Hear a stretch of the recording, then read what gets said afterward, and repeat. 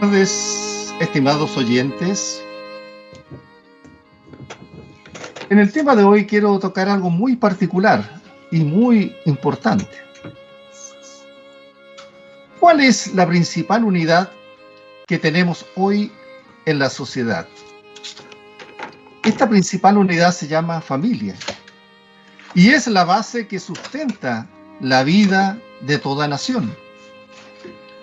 ¿Y qué es lo que más se ataca hoy para destruir? Es justamente la familia. Porque esta unidad fue constituida por Dios. Si destruimos la unidad de la familia, destruimos las bases mismas de la sociedad actual. Y eso es lo que muchos buscan, destruir la sociedad actual, partiendo por destruir la unidad de la familia. El tema de hoy se llama la bendición de una familia y lo encontramos en el Salmo 128. Salmo 128. Vamos a leer los versículos del 1 al 6. Se los voy a pedir que lo lea mi esposa y hermana en la fe, Talía, que me lea estos 6 versículos. Salmo 128 del 1 al 6. Bienaventurado todo aquel que teme a Jehová, que anda en sus caminos. Cuando comieres el trabajo de tus manos, bienaventurado serás y te irá bien. Tu mujer será como vid que lleva fruto a los lados de tu casa, tus hijos como planta de olivo alrededor de tu mesa. He aquí que así será bendecido el hombre que teme a Jehová. Bendígate Jehová desde Sión, y veas el bien de Jerusalén todos los días de tu vida, y veas a los hijos de tus hijos. Paz sea sobre Israel. Amén. Amén. Oremos. Padre Celestial, nuestros corazones están abiertos a escucharte. Queremos conocer tu voz, tu mensaje, tu voluntad hacia nuestras vidas. Háblanos, Señor. Háblanos, porque es muy importante la familia que tú has creado, porque es la base de toda tu creación, Señor. Es la base del hombre para desarrollar la sociedad que tú siempre has querido que el hombre pueda tener. En Cristo Jesús te lo pedimos, que nos dirijas. Amén, amén y amén. ¿Qué enseña la Biblia acerca de la familia?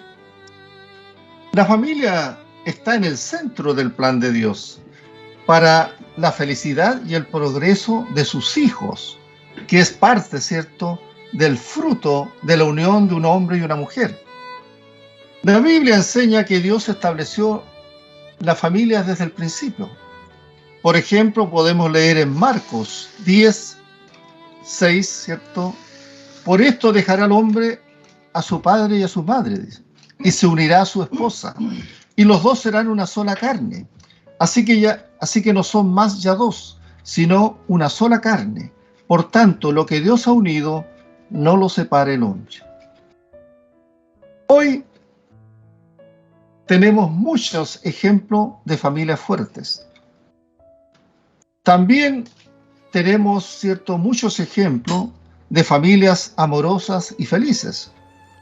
Los primeros habitantes de la tierra formaron una familia. Desde el principio, Dios bendijo y promovió la familia. Por ejemplo, mandó a Adán y Eva y le dijo: fructificad y multiplicaos, llenad la tierra y subyugadla, ahí en Génesis 1:28. Las familias son fundamentales en el plan de Dios. Dios tiene un plan para cada uno de nosotros y nos ha dado una familia para bendecir nuestras vidas. Así que las familias juegan un papel central en ayudarnos a encontrar alegría, a encontrar propósito y esperanza en nuestros lazos familiares, para que perduren por toda la vida. El cuadro que nos presenta este Salmo 128 es el plan de una familia ideal, pues el hombre llega cansado a su casa de su trabajo y lo espera su esposa, cuyo calor, ¿cierto?, llena el hogar, y los hijos, a su vez llenos de vida y de vigor, están y se sientan alrededor de la mesa. Claramente, en los Salmos 127 y 128, se habla de la bendición de Dios en términos de familia y trabajo. Conceptos que el mundo moderno, y muchas veces los cristianos, no asocian con una vida bendecida. No obstante, no hay duda de que cada persona tiene que tomar decisiones en estas dos áreas, como son la familia y el trabajo. Y dependiendo de estas resoluciones o decisiones que toma, será el futuro, ¿cierto?, de él y de los que dependen también de él o de ella. Así es de claro. El estudio de este salmo nos va a ayudar a pensar sobre la importancia de practicar una vida familiar en el temor de Dios. Debemos tener presente que este salmo era uno de los que se cantaban cuando las familias hebreas caminaban a Jerusalén para adorar todos juntos al Dios eterno. Por lo que su contexto tiene que ver con las bendiciones de Dios sobre las familias que adoran juntas y de la bendición que se presume para la familia al término de un día de trabajo. Para poder comer juntos alrededor de la mesa en alegre comunión, donde cada miembro aporta su propia bendición a la vida familiar. Es llamativo fijarse en las bendiciones a largo plazo comprendidas en una vida familiar creada en el temor de Dios, porque con frecuencia resaltamos las consecuencias que el pecado de los padres tiene sobre las generaciones posteriores. Es muy frecuente pensar eso. En Éxodo 25, ¿qué nos dice? No te inclinarás a ella, dice, ni las honrarás, porque yo soy Jehová tu Dios, fuerte, celoso, que visito la maldad de los padres sobre los hijos hasta la tercera y cuarta generación de los que me aborrecen. Dios estaba hablando de la idolatría y cómo ninguno debería doblar rodillas ante la idolatría para no recibir, ¿cierto?, que esta cadena consecutiva siguiera a la segunda, tercera y cuarta generación. Entonces es importante tener presente lo que Dios nos dice. No obstante, no siempre se habla de las bendiciones que los justos, los santos, pueden transmitir o heredar a las próximas generaciones. Veamos un caso de una ilustración que se comenta. En este estudio se investigó a dos hombres que vivieron en el mismo tiempo en el siglo XVIII. ¿Cuáles fueron los legados de estos hombres que dejaron a sus descendientes durante el resto del tiempo? El primer hombre fue Max Euck, un incrédulo, un hombre sin principios. Su esposa también vivió y murió en incredulidad. ¿Qué tipo de influencia duradera dejó él a su familia? Entre los 1.200 descendientes que se le conoce a Max, se encontraron 440 vidas de puro libertinaje. 310 de estos ciertos descendientes eran pobres y vagabundos. 190 de estos descendientes fueron prostitutas públicas. 130 salieron criminales convictos. 60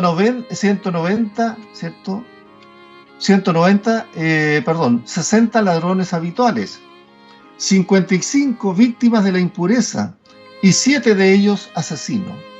No fue exactamente un buen legado. Otro hombre del mismo periodo y en el mismo tiempo fue Jonathan Edwards, el célebre pastor colonial y teólogo. Este fue el principal instrumento que Dios usó para provocar el gran despertar en América colonial. Jonathan Edwards provenía de una herencia piadosa y se casó con Sara, una mujer de gran fe. Juntos buscaron dejar un tipo de legado completamente diferente. Entre sus descendientes varones había 300 clérigos, misioneros y profesores de teología, 120 profesores universitarios, 110 abogados, más de 60 médicos, más de 60 autores de buenos libros, 300 fueron jueces, 14 presidentes de universidades, numerosos gigantes de la industria americana, 3 fueron congresistas de Estados Unidos y 1 vicepresidente.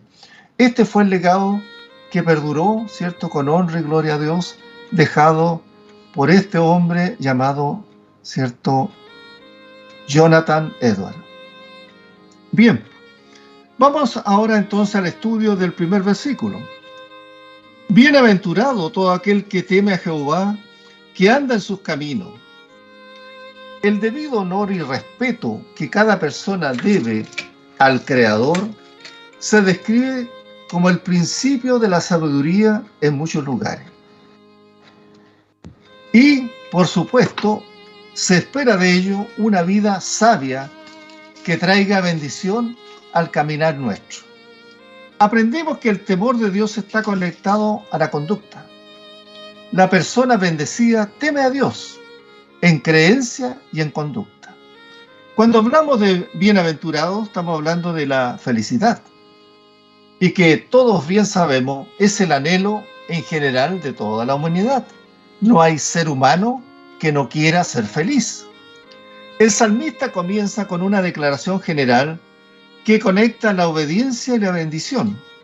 Dice bienaventurado, que es un término que se puede traducir por feliz, dichoso.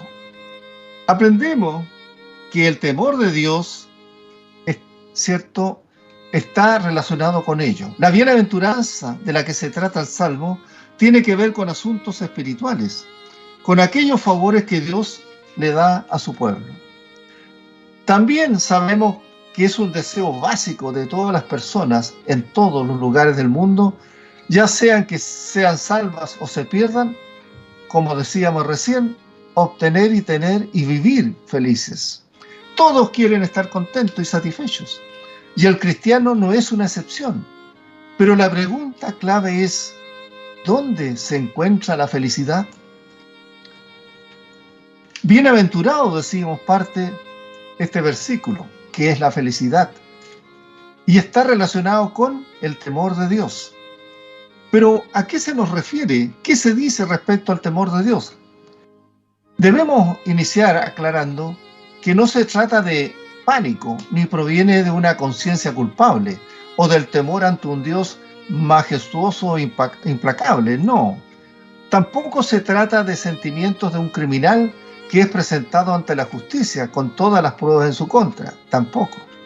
El temor del Señor, del que nos habla la Biblia, no significa terror ante su ira o su juicio, sino que sugiere asombro ante la misericordia recibida por Dios. No implica temor a Dios, sino miedo a desagradar a Dios, a decepcionarlo, después de todo lo que Dios ha hecho por nosotros. Por lo tanto, se trata de un temor que emana de un amor ardiente por el Dios que nos ha dado la vida eterna y una profunda reverencia hacia Él. Podemos decir que incluye tanto la sumisión nuestra como el amor total hacia nuestro Dios. Así que el salmista advierte que todos los que quieren ser participantes de la bendición de Dios deben con sinceridad de corazón dedicarse por completo su vida a Dios, pasando a ser Dios el centro de todo lo que somos, pensamos o aspiramos llegar a ser. En el Proverbio 1:7 nos dice que el principio de la sabiduría es el temor de Jehová. Los insensatos desprecian la sabiduría y la enseñanza. Por eso, nuevamente, volviendo a la bienaventurado, a la felicidad, toda sociedad, aún la secular, busca ser feliz. No hay duda que vivir en el temor de Dios en una sociedad totalmente secular no es fácil para ninguno de nosotros. Poder, cierto, compartir con una sociedad secular que no cree en Dios no es fácil. La única realidad es que se puede ver, sentir y medir es por los sentidos y por lo que estamos viendo. Porque la sociedad secular, en lugar de dar el valor al ser espiritual que hay en cada ser humano, el mundo que aboga por lo que es secular, por lo que es cierto el egocentrismo, el hecho de que lo que piensa cada uno en términos generales. Así que el término secular proviene de la palabra latina saeculum, que significa esta época. Es lo que piensa la época, es lo que piensa el momento en la sociedad.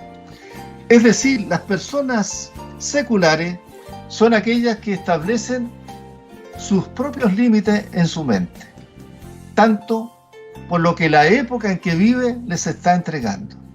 El secularismo opera en un universo cerrado, un universo que no conviene tener nada espiritual ni nada que vaya más allá de sí mismo, es decir, de lo que es cada uno.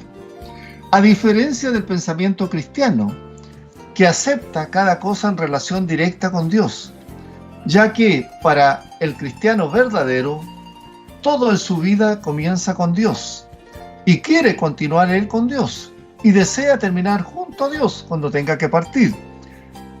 Y esto es tanto en lo que él piensa como en las acciones que tiene que realizar cada día.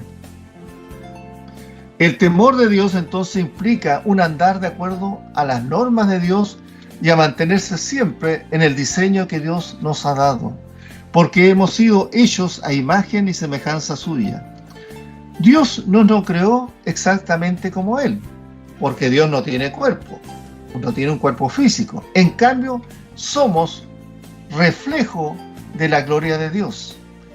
La imagen y semejanza tiene mucho que ver con la capacidad de reflejar el carácter de Dios en nosotros. Es decir, el amor de Dios, la paciencia que Dios tiene, el perdón hacia los demás, la bondad y la felicidad. La persona que depende de sí mismo, de su ego, es la que no tiene temor de Dios. Por esa razón nos dice el salmista que es bienaventurado el hombre y la mujer que trabaja, prospera, que mantiene una familia y una descendencia siempre bajo el temor de Dios. También dice el que anda en sus caminos. Eso significa transitar y seguir en los caminos de Dios. Y esto explica lo que quiso decir el salmista con el temor de Jehová. No se trata solo de tener ciertos sentimientos hacia Dios, sino que también es una vida de obediencia. La existencia de ese temor se hace realidad cuando podemos apreciar que el caminar de nuestra vida lo hacemos en el camino que Dios nos establece. De lo contrario, es inútil hablar de temer a Dios, si en nuestra vida actuamos como aquellos que no les importa si hay un Dios o no lo hay. Cuando nuestro corazón está unido a Dios, nuestros pasos serán en el camino que Dios nos ha mostrado. Por lo tanto, según la palabra de Dios, la verdadera felicidad solo se encuentra en relación con Dios. Este tipo de felicidad es muy diferente a la que ofrece el mundo, que siempre relaciona la felicidad con el dinero, con las posesiones, con la popularidad, con la posición social, con el prestigio. Además, muy frecuentemente se asocia también con una vida superficial, totalmente alejada de Dios y de los principios morales que Dios establece. Pero la Biblia afirma con claridad que la felicidad del ser humano no está definida por su condición física o financiera, sino por su estado espiritual. Y esto se refleja en la obediencia. Por eso el salmista se apresura a concluir y anda en sus caminos. Por eso dice, bienaventurado todo aquel que teme a Jehová, que anda en sus caminos. Es por eso que no hay bendición para los que andan fuera de sus caminos. Ellos quedan excluidos, ¿cierto?, de las bendiciones de Dios. El auténtico temor de Dios y de una vida de santidad necesariamente deben ir juntas para recibir la bendición de Dios. A lo largo de toda la Biblia, el respeto por el Señor se evidencia en la obediencia y en la figura de andar en sus caminos. Eso se ilustra perfectamente cuando nosotros escogemos y andamos en nuestros caminos. La decisión que nunca nos va a llevar a la felicidad es la que nos habla, ¿cierto?, el salmista. Aquellos que toman decisiones y caminan conforme a su voluntad y no a la que el Creador nos establece. Aunque nosotros creamos con frecuencia que puede haber felicidad desobedeciendo a Dios, esto es un engaño de Satanás. Solo en los caminos del Señor estaremos satisfechos y contentos. Al inicio de la Biblia se nos habla de Enoc, un hombre que caminó con Dios. En tan solo 4 versículos, esta frase se repite 2 veces. Vamos a leer Génesis 5, 21 al 24. Dice lo siguiente: vivió Enoc 65 años y engendró a Matusalén. Y caminó Enoc con Dios después que engendró a Matusalén 300 años y engendró hijos e hijas. Y fueron todos los días de Enoc 365 años. Caminó pues Enoc con Dios y desapareció porque le llevó Dios. Su vida entonces, la vida de Enoc en esta tierra, duró 365 años. Es un largo tiempo para caminar con Dios. No fue algo casual. Él siempre caminó con Dios. ¿Y qué hizo en ese tiempo, no? Se nos dice que tuvo una familia numerosa, engendró hijos e hijas, y Judas escribió además que fue un predicador que profetizó el juicio que vendría sobre la sociedad prediluviana y condenó a todos los pecadores impíos. Judas, ahí 1, 14 y 15 dice lo siguiente: de estos también profetizó Enoc, séptimo desde Adán, diciendo: he aquí, vino el Señor con sus santas decenas de millares, para hacer juicio contra todos y dejar convictos a todos los impíos de todas sus obras impías que han hecho impíamente, y de todas las cosas duras que los pecadores impíos han hablado contra él. Todo esto es lo que significó para Enoc caminar con Dios. También el bienaventurado es una bendición en el trabajo. Por eso dice el versículo 2: cuando comieres el trabajo de tus manos, bienaventurado serás y te irá bien. Ahora vemos que la bendición de Dios abarca también nuestro propio trabajo. Aquí se refiere al trabajo de nuestras manos. Cuando una persona teme y obedece a Dios, sus esfuerzos serán fructíferos y recompensados. La labor del hombre de fe es objeto de bendición, y el trabajador diligente gozará de la recompensa de su trabajo. Las Escrituras, bien sabemos, no aprueban la pereza. En 2 de Tesalonicenses 3:10 nos dice, Pablo escribe ahí: porque también cuando estábamos con vosotros os ordenábamos esto: si alguno no quiere trabajar, tampoco coma. Sino que en todo momento se exalta la dignidad del trabajo.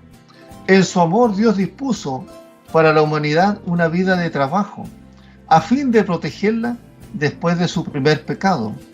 Por eso también en Proverbio 13:4 dice lo siguiente: el alma del perezoso desea y nada alcanza, mas el alma de los diligentes será prosperada.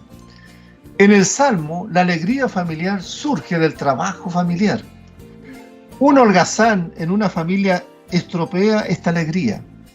Cada integrante debe tener su esfera de trabajo. El miembro que no se ocupa de hacer nada, el derrochador, el vividor, traerá muchos dolores de cabeza al interior del hogar. En el trabajo común se encuentra la satisfacción familiar. Una familia que trabaja junta y come junta es una gran bendición para Dios y para ellos. El hombre bienaventurado de este salmo come con gozo del fruto de su trabajo. El punto principal de la bienaventuranza es que disfruta de los frutos de su propio trabajo. Esto era tal como la ley lo expresaba en la bendición de Dios en este mundo. Por eso Isaías, el profeta mayor Isaías, en Isaías 65, 21 al 23 dice lo siguiente: edificarán casas y morarán en ellas, plantarán viñas y comerán el fruto de ellas.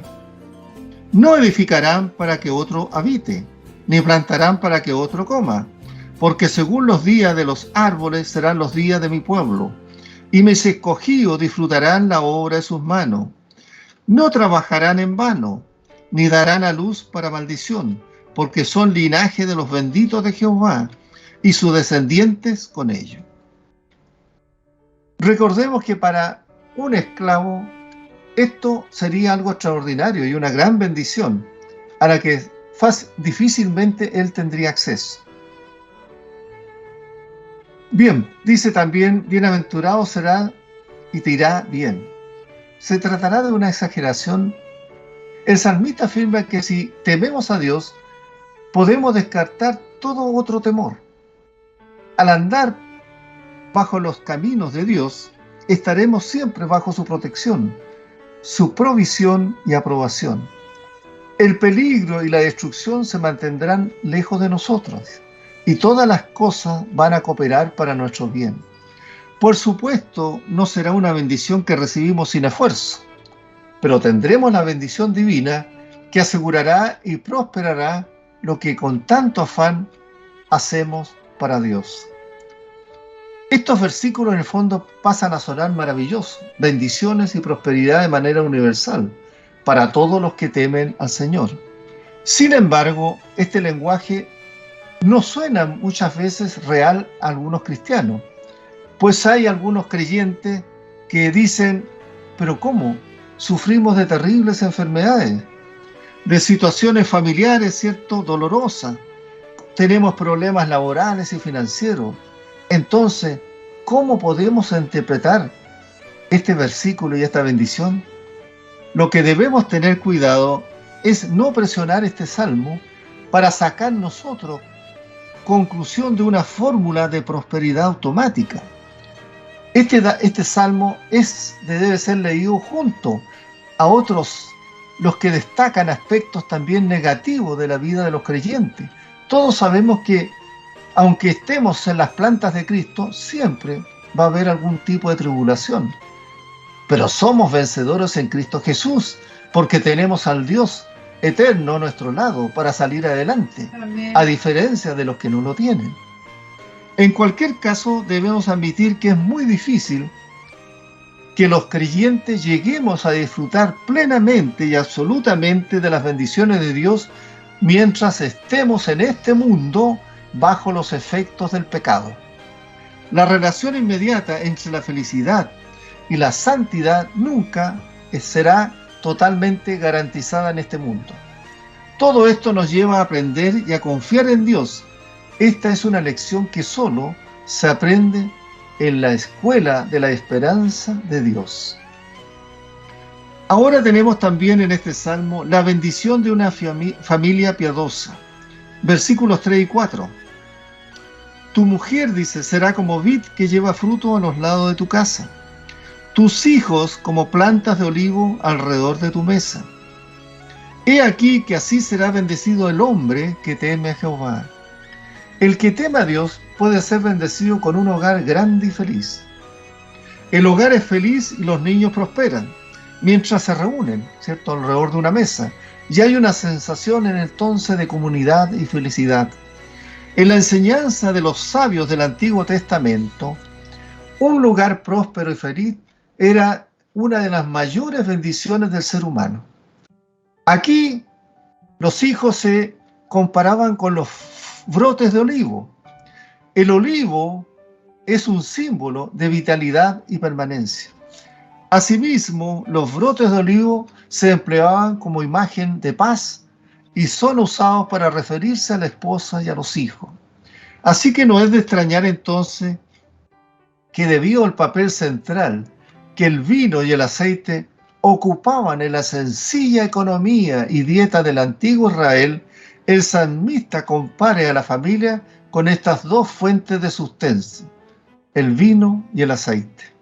Quizás, adicionalmente, esto que nos dice el Salmo del vino y el aceite y de la relación que tenía en la economía de Israel, nos lleva a comprender mejor este pasaje que encontramos en Apocalipsis 5:6, que dice lo siguiente, escrito por Juan: cuando abrió el tercer sello, oí el tercer ser viviente que decía: ven y mira. Y miré, y aquí un caballo negro, y el que lo montaba tenía una balanza en la mano. Y oí una voz de en medio de los 4 seres vivientes que decía: 2 libras de trigo por 1 denario y 6 libras de cebada por 1 denario, pero no dañes el aceite ni el vino. Debemos recordar también que en la cultura bíblica el papel del padre era el de mantener la familia, mientras la esposa, madre, forjaba el hogar y los niños traían vida a la mesa. Y aunque la sociedad en la que vivimos hoy rechaza este modelo, no tienen una alternativa mejor, porque una familia piadosa y estable, tal como lo señala la Biblia, es sin duda una de las mayores bendiciones para el ser humano. Una buena esposa es una hermosa herencia, una enorme bendición, un increíble regalo que no se puede comprar con ningún dinero y que ningún rey puede dar. Todos aquellos que hayan sido bendecidos con una buena esposa deben dar gracias al dador de la vida por tan preciado bien.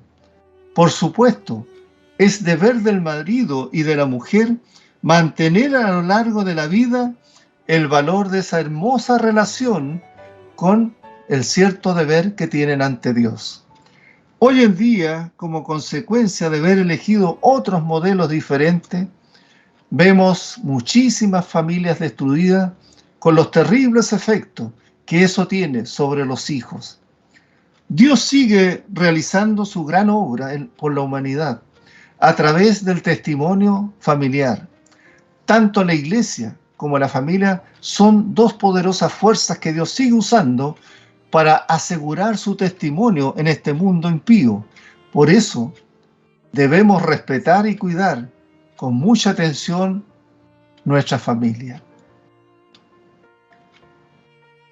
Por eso dice también Malaquías 4, 5 y 6: he aquí, yo os envío el profeta Elías, antes que venga el día de Jehová grande y terrible. Él hará volver el corazón de los padres hacia los hijos, y el corazón de los hijos hacia los padres, no sea que yo venga y hiera la tierra con maldición. El versículo 5 nos dice lo siguiente: bendígate Jehová desde Sión, y veas el bien de Jerusalén todos los días de tu vida. Al final de este salmo vemos que la familia se dirige a Jerusalén para las adoraciones. No se trata, por lo tanto, de un asunto personal o privado. Esto nos recuerda que el hombre piadoso no solo recibe bendiciones para sí, sino que también esas bendiciones son para todo el que lo rodea. Aquí vemos cómo esta bendición se extiende a la nación, porque no debemos olvidar, por muy bendecido que nosotros seamos, que esa bendición siempre será incompleta a menos que abarquemos también con esa bendición que recibimos a otras personas. O sea, debemos incluir en nuestra bendición a quienes nos rodean. Estimados oyentes, sea usted hoy un creyente en Cristo o no lo sea, debe saber que la bendición de una nación comienza con el temor de Dios en el corazón de los padres. Eso hace grande a una nación. La fuerza que Dios nos da fluye desde las familias sólidas en los principios cristianos hacia la nación. De esta fuerza espiritual que Dios nos da, salen los trabajadores que edifican una nación, los padres que crían buenos hijos y los hijos que son la esperanza del futuro de una familia y de una nación. En caso contrario, sin esta clase de familias, el futuro de una nación y del mundo en general es oscuro, situación que hoy podemos apreciar cada día en nuestro planeta. Así como los israelitas tenían siempre en cuenta la prosperidad de Jerusalén, del mismo modo el cristiano trabaja constantemente para la edificación de las iglesias de Dios mientras esté en esta tierra. Por lo tanto, este salmo anima al creyente a contribuir en la edificación del reino de Dios, viviendo una vida justa en la presencia de Dios para testimonio de quienes los observan. Lo que como creyente nos alerta a no desear tener provecho espiritual solo para nosotros mismos es porque tenemos que transmitir a otros lo que Dios nos manda, que hay una esperanza, pero esa esperanza está solamente cuando cambiamos nuestras vidas, porque tenemos al Señor como el Señor y Salvador de nuestras vidas. Esto puede ocurrir también en nosotros, porque en los tiempos modernos en que vivimos, con este individualismo, ¿cierto?, que hace perder de vista los valores familiares, sociales y eclesiásticos, son muy características en el cual hoy día nos encontramos. Pero la Biblia nos fortalece y nosotros tenemos que entregar los principios cristianos a quienes nos rodean. Las ciudades necesitan más que cualquier otra cosa familias hoy temerosas de Dios, íntegras, productivas. Estos son los baluartes de una nación que hacen que la paz y la preservación sean mayores que las municiones de la guerra. Otra cosa que también este salmo nos entrega es la bendición de Dios por el tiempo. Dice en el versículo 6: y veas a los hijos de tus hijos, paz sea sobre Israel. La culminación de esta bendición es la esperanza de una larga vida en la ciudad de Jerusalén. Veas el bien de Jerusalén todos los días, dice, de tu vida. Esto se cumplirá, bien sabemos nosotros, plenamente en Jerusalén celestial, de la cual Jerusalén terrenal no es más que un escaso símbolo.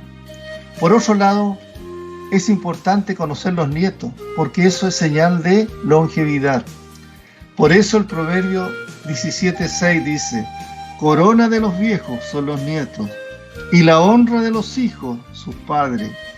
Y Job 42:16 dice: después de esto vivió Job 140 años, y vio a sus hijos y a los hijos de sus hijos hasta la cuarta generación. Para las personas cuyas edades raras veces, ¿cierto?, pasaban los 50 años, como eran en aquellos tiempos en que está escrito estos salmos, esta era una gran bendición. Por otra parte, también trata de la extensión de la bendición hacia los hijos y a los nietos. La auténtica bendición de Dios no se limita a unos pocos días o años. No está condicionada tampoco por nuestras propias limitaciones temporales o geográficas. Así que, estimados oyentes, en conclusión, todos deseamos tener una bella familia, pero muy pocos lo consiguen. Muchos creyentes llegan a estas imágenes bíblicas de la alegría doméstica con cierta desilusión. ¿Por qué? ¿Por qué llegan con cierta desilusión? Porque las familias están compuestas por personas pecadoras, y el pecado siempre interrumpe hasta las más bellas bendiciones. ¿Cuántos padres tienen hijos rebeldes que deshonran a la familia y crean un clima de tensión insoportable? ¿Cuántos maridos tienen esposas chismosas, escandalosas, ignorantes, groseras, mundanas, que impiden su crecimiento espiritual? ¿Cuántos maridos son vagos, irresponsables, inmaduros, insensibles con sus esposas? ¿Cuántos hijos han sufrido abuso de sus padres y acarrean traumas durante toda su vida adulta? Cuando en el Proverbio 22:6 dice: instruye al niño en su camino, y aunque fuera viejo no se apartará de él, no dice que los niños nunca se van a rebelar con sus padres, ni tampoco que nunca le van a desobedecer. Lo que indica como regla general es que la formación piadosa que reciben los llevará a tener unos principios que los van a acompañar durante toda su vida. Pero por supuesto habrá notables excepciones, como las que también el libro de Proverbios nos entrega. Ahí en Proverbios 17:25 nos dice: el hijo necio es pesadumbre de su padre y amargura de la que le dio a luz. Es verdad que las personas que no han podido formar una familia como las que describe el salmista, Dios les puede dar otras muchas bendiciones. El mismo Señor Jesús se refirió a su verdadera familia, no por sus vínculos biológicos, sino por su identificación con la palabra de Dios. La Iglesia, a través de la entrega de la palabra de Dios, no solamente debe apoyar y reparar a la familia, sino también encontrar la manera de convertir a las familias de Dios, a todos aquellos, ¿cierto?, que están integrando, los que son integrantes de una iglesia. Sean casados o solteros, con hijos o sin hijos, pueden florecer en amor, porque pasan a integrarse en lo que es la familia de la fe.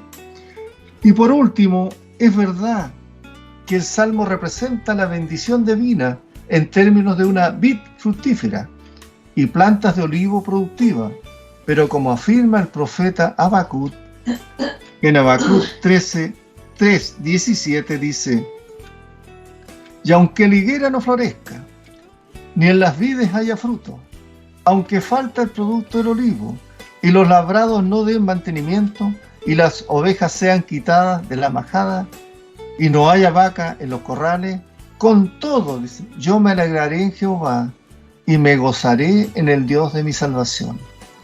El auténtico gozo, estimados oyentes, no depende de indicadores, porque aun cuando la vid y el olivo no llegaran a producir fruto, todas aquellas personas que viven por fe, confiando en el Señor, serán sostenidos en el tiempo, ¿cierto?, para evitar profundas desilusiones.